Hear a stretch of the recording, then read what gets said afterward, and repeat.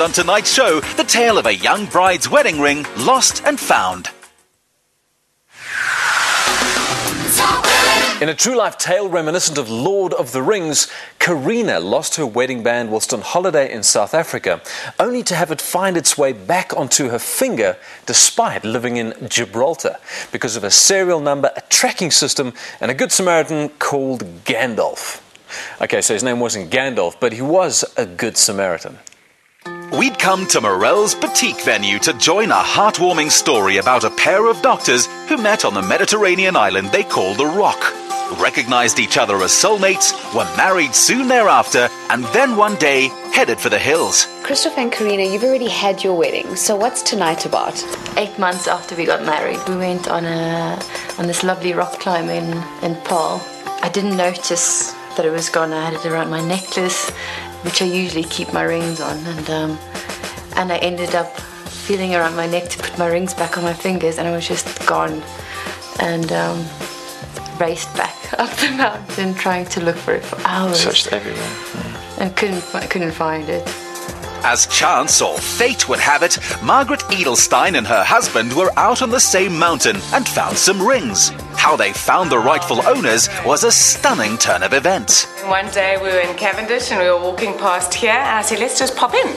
And we met Nicole, and I said, look, I've got these rings. If any of your clients are missing rings, tell me. And so she said, well, you know what, it's simple. There's a little code in there. You just need to read it. We were able to make use of this unique identity number and locate it on our system. And having located it, we were able to trace it back to Christoph and Karina. Because as you know, all jewelry is incredibly sentimental and completely irreplaceable. And for most women, the engagement ring is the most sentimental. It then fell to Karina's dad to get the rings back to his daughter in Gibraltar, and to do it in time for her birthday. Which brings us to the event they decided they must hold to toast their good fortune. This is our florist, and this is what we've done for Karina and Christoph. We've used fynbos and proteas because, of course, this is where the ring was originally lost and found, amongst these beautiful flowers. And we've decided to bring those flowers to their table. As the very first farmstead to be built by Dutch settlers up here in Northcliffe, Johannesburg, the late 1800s venue is a direct link to Paarl, where those rings first went walkabout. This is the space that we've played with in terms of textures and layered different textures to create an interesting space that's warm and homely but glamorous. And the glamour comes in with the gorgeous old vintage type chandeliers. We love the vintage feel, and as you see, it's picked up all over the place.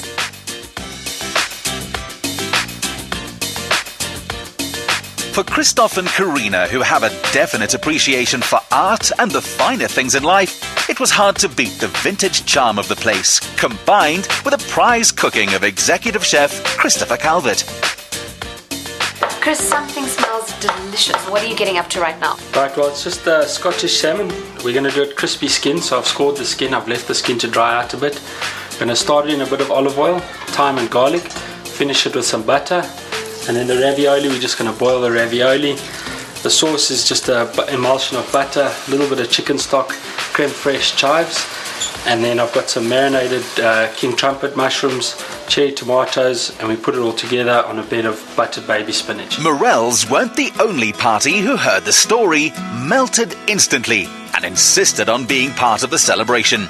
BT Couture was enchanted by Karina's tale of lost and found, and created for her a dress part elf queen, part Stevie Nicks, or Karina. I just have to come have a squiz at your gorgeous dress. Come have a look. Bijou, it is beautiful. It's a contrast of two styles, but it works perfectly. I was struck by the idea of the way she looked, sort of almost hippie chic, 70s vibe. There was that intangible sort of feel that I got from her. The hippie chic vibe that I got going came through in the jacket that we actually made for her, but keeping a very, very soft, elegant, drapey feel going with the dress. The silhouette is really sleek and slim, which actually shows off her form beautifully, and then the romantic elegance part of it actually comes through with the draping of the chiffon as we sort of swish it around the body and then give that a little bit of life. Karina, how do you feel in this gorgeous dress in your beautiful form? Like a princess, I feel amazing. It's gorgeous. Most charmed of all were Brown's jewelers, whose certification system had shown itself in a way not even the most romantic of novelists might have conceived. And so they decided to add to the couple's joy by surprising Karina with a new diamond eternity band to mark this excellent twist of fate. If they have children, she'll add a band for each child, but always they'll have that first ring of diamonds to remind them of a relationship that was clearly meant to be. When we originally decided and started to put serial numbers and unique identification numbers in each ring, in our wildest dreams we never ever thought that a story like this would emerge. So it's just a spectacular story, and it just makes my heart warm every time I tell it.